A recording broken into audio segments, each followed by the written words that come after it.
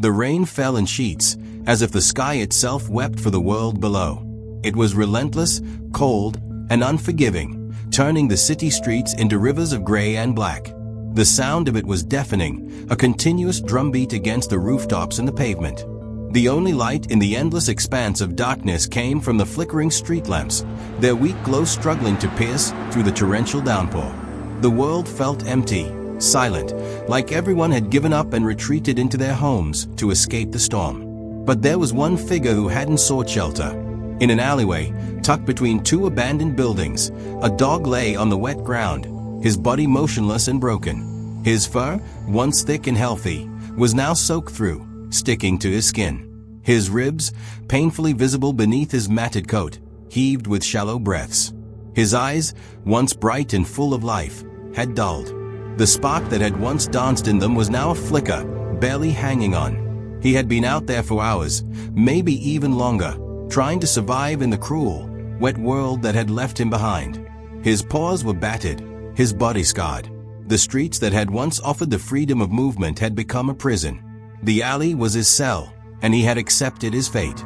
There was no one to help him. The world had ignored him. He had once been someone's companion, a friend, a protector.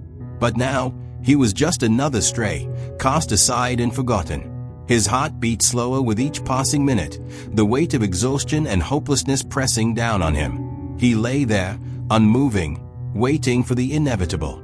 He had no strength left to stand. The rain continued to fall, cold and uncaring, washing away whatever hope he had left. The world would pass him by, just as it always had. No one would come. But then, there was a sound. It was faint at first, just a soft shuffle of footsteps against the wet ground. The dog's ears twitched, his head lifting slightly. Was it just the wind, playing tricks on his weary mind? Or was it something else? The sound grew louder, closer, the rhythm of the footsteps distinct now. The dog's heart skipped a beat, but it wasn't fear. It was a flicker of hope, a desperate, fragile hope that perhaps, just perhaps, someone was coming for him. He turned his head, his eyes struggling to focus through the rain, and there, at the edge of the alley, he saw her. A woman. She was drenched, her clothes clinging to her body, her hair plastered to her face. Her movements were swift, determined, as if she had a purpose, a reason for being there in the storm. She was alone, but the dog didn't care about that. All he cared about was that she was there, and maybe, just maybe, she would be the one to save him. The woman knelt down beside him, her hands reaching out cautiously, but with kindness. She spoke softly, as if trying to comfort him without frightening him further. Her voice was soothing, filled with a gentle warmth that seemed to break through the cold, harsh reality of the night. The dog's body trembled. Was this real? Was she truly here to help him? He had been abandoned before, left to fend for himself, and every time, the world had turned away. Could he trust her? Could he trust anyone ever again? His mind was a whirlwind of doubt and fear, but his body, exhausted and broken, couldn't resist the warmth she offered.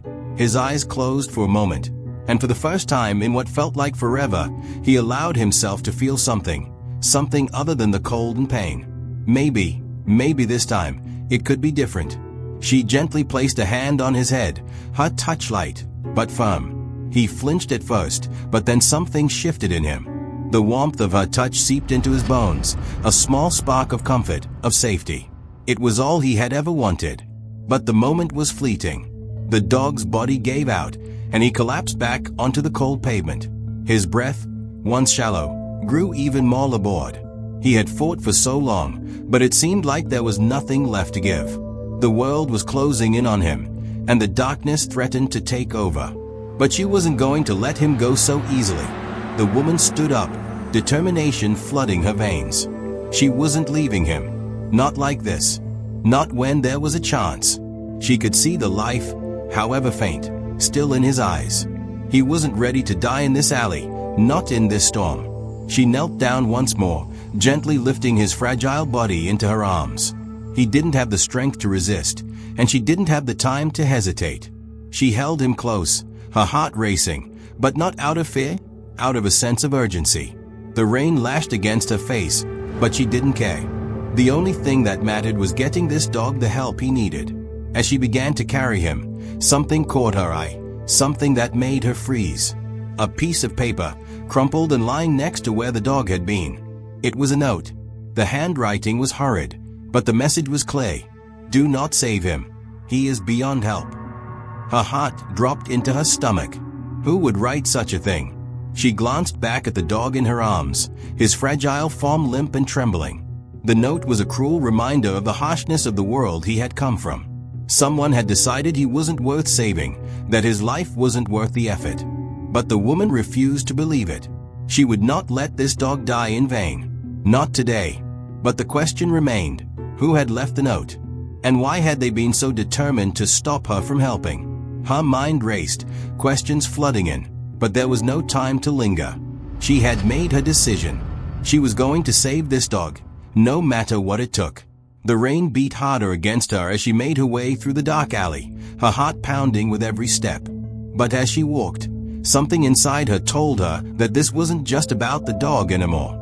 There was something bigger at play, something dangerous, and she had no idea what she was walking into. But this was just the beginning. What happens next will change everything. The alley was eerily quiet now, with only the sound of the rain pelting down against the pavement. The woman, Sarah, held the dog tightly in her arms, her breath coming out in shallow bursts as she walked through the wet streets. Each step felt like an eternity. Her shoes squelched with each footfall, and her coat clung to her skin, soaked from the rain. She could feel the weight of the dog growing heavier with each passing moment. She needed to get him to the animal shelter, but the journey felt like it would take hours. Her car was a few blocks away, and the streets were treacherous with puddles and slick surfaces. She looked down at the dog, his fragile form trembling in her arms, and her heart clenched. "Come on, buddy. We're almost there," she whispered, though she wasn't sure if the dog could hear her. His breathing was slow, ragged, and he seemed barely conscious, his body limp. As she hurried down the street, a part of her wanted to turn back, to call for help, but she had already made the decision. There was no turning back. She couldn't leave him like this. A sudden flash of headlights caught her attention, and she instinctively pulled the dog closer to her chest, stepping into the shadow of a nearby storefront to avoid being seen. Her mind raced. Who was out at this hour in this storm? The car passed, its tires screeching on the wet road, and she exhaled in relief.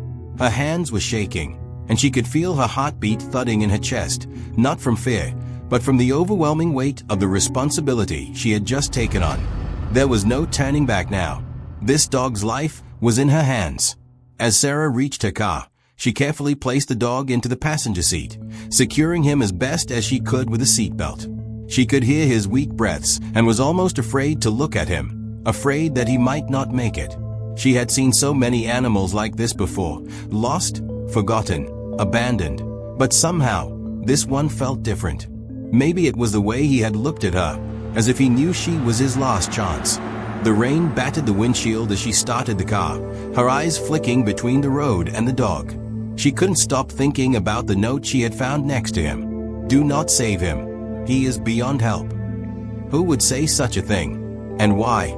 She had worked at animal shelters for years.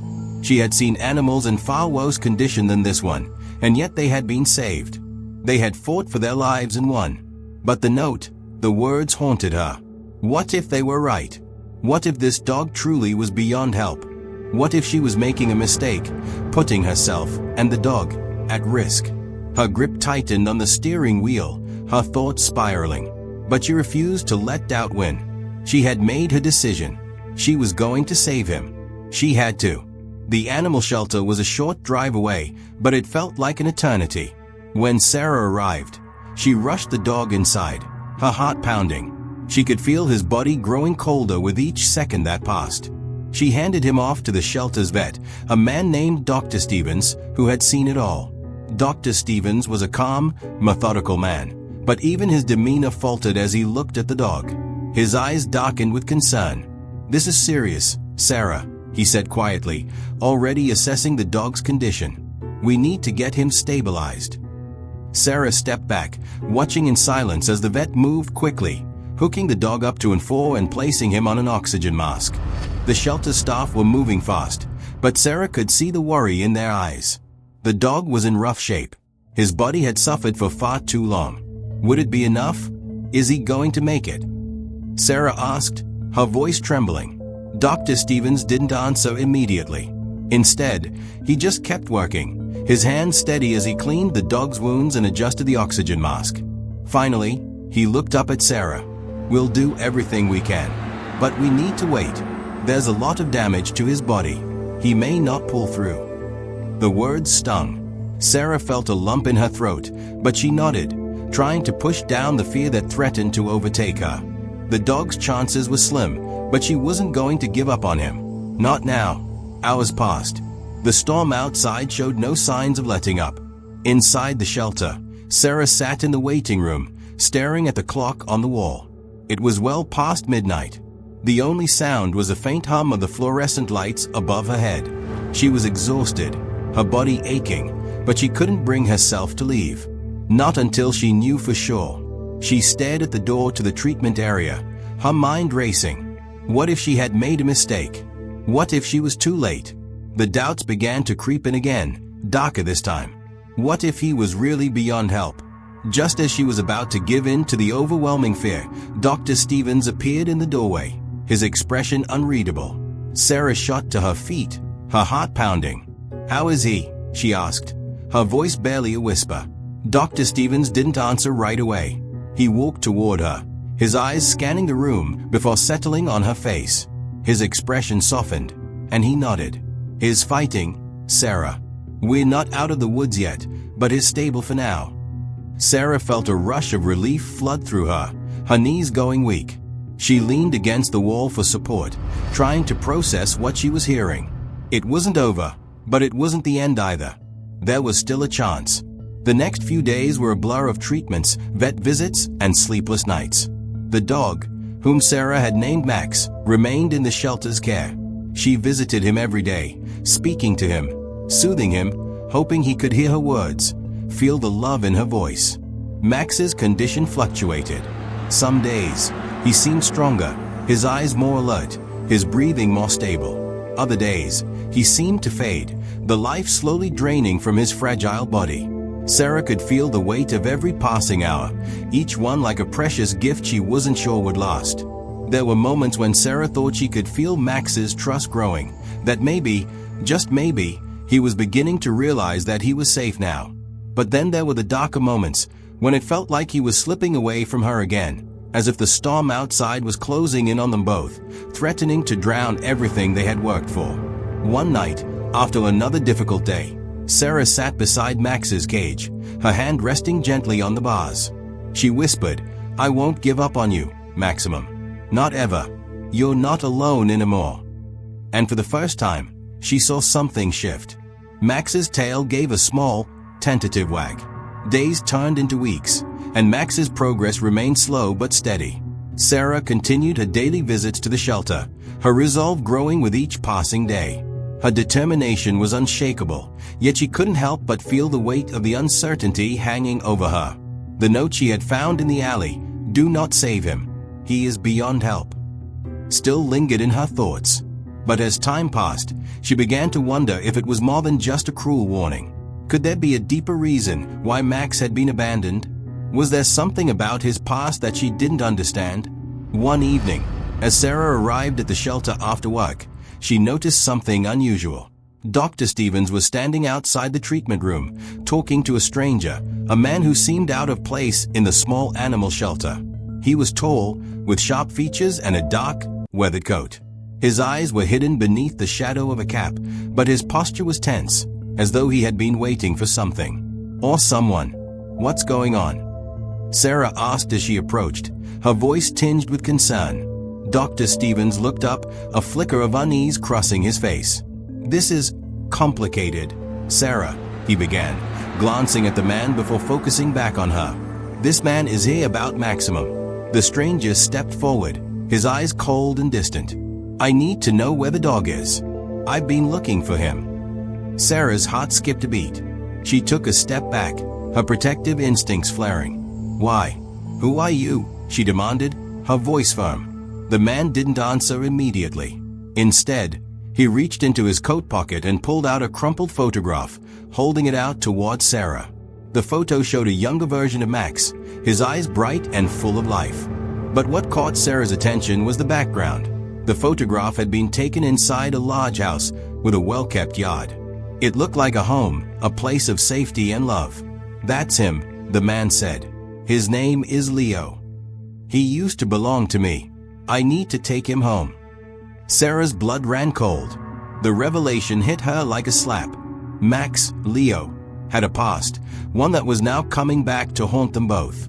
"What do you mean, used to belong to you?" Sarah asked, her voice trembling. The confusion in her heart was palpable. "Where did you find him? Why was he out on the street?" The man hesitated, his eyes darting around nervously before he spoke. I couldn't take care of him anymore. I made some bad choices. Lost everything." He wiped his hand over his face. "I didn't mean for him to end up like this." Sarah stood there, stunned. This was a different kind of pain, the kind that came from guilt, from failure. She looked at Max, who lay in his cage, his eyes watching the scene with quiet curiosity. He was still weak, his body healing, but his spirit seemed to be returning. He didn't recognize this man. The connection was gone. "I'm sorry, but he's not your dog anymore," Sarah said, her voice strong. "He's here, with us now, and I'm going to make sure he's safe. He's not going back to a life like that." The man's expression faltered, and for a moment, Sarah thought he might argue. But then he seemed to deflate, his shoulders slumping. "I never meant to hurt him," he said quietly. "But I can't fix what I've done. I've lost everything I ever cared about." Sarah's heart softened. She saw the pain in his eyes, the same kind of pain she had seen in Max's when he first arrived at the shelter. He wasn't the enemy. He was just a broken man, struggling to come to terms with his past. But that didn't change the fact that Max needed more than he could offer. "I'm sorry," Sarah said again, but her resolve remained firm. "Max is better off here, with us. I'll make sure he gets the love he deserves." The man nodded, his face clouded with regret. Without another word, he turned and walked away, leaving Sarah to reflect on the weight of what had just been revealed. The days that followed were filled with hard work and moments of hope. Max, or Leo as he had once been called, was slowly but surely regaining his strength. His fur was beginning to grow back, the matted patches giving way to a shinier, healthier coat. His eyes, once dull and haunted, now held a flicker of curiosity and intelligence. Sarah's heart swelled each time she saw him stand on his own four legs, no longer trembling but taking cautious steps forward. However, the journey wasn't easy. There were still moments when Max would freeze, his body rigid with fear. The shadows of his past would occasionally surface, and he would retreat, his mind returning to the horrors he had once known. But Sarah refused to let him retreat completely. She refused to let him face his fears alone. She spent hours with him every day, offering him treats, petting him gently, and speaking in a soothing voice. Each day, Max grew a little more confident. But there were also setbacks, nights when he would cower in the corner of his pen, trembling as though reliving his past. During those times, Sarah would sit with him, her presence a steady anchor. One evening, after another difficult day, Sarah found herself sitting in the shelter's quiet room, with Max curled up at her feet. She ran her fingers through his fur, feeling the warmth of his body against hers. It was then that she realized something. She had saved him, yes. But in doing so, she had also saved herself. Max's journey had mirrored her own, of learning to trust again, of healing from wounds both visible and invisible. "We're in this together," she whispered softly to him. "You and me. We'll make it through." Max's recovery continued, but just as it seemed they were on the verge of complete healing, disaster struck. A sudden illness swept through the shelter, a viral infection that affected several of the animals. Max, despite his newfound strength, was hit hard. His body, still fragile from his time on the streets, struggled to fight off the infection. Sarah was devastated. She had come so far with him, and now it seemed like she might lose him.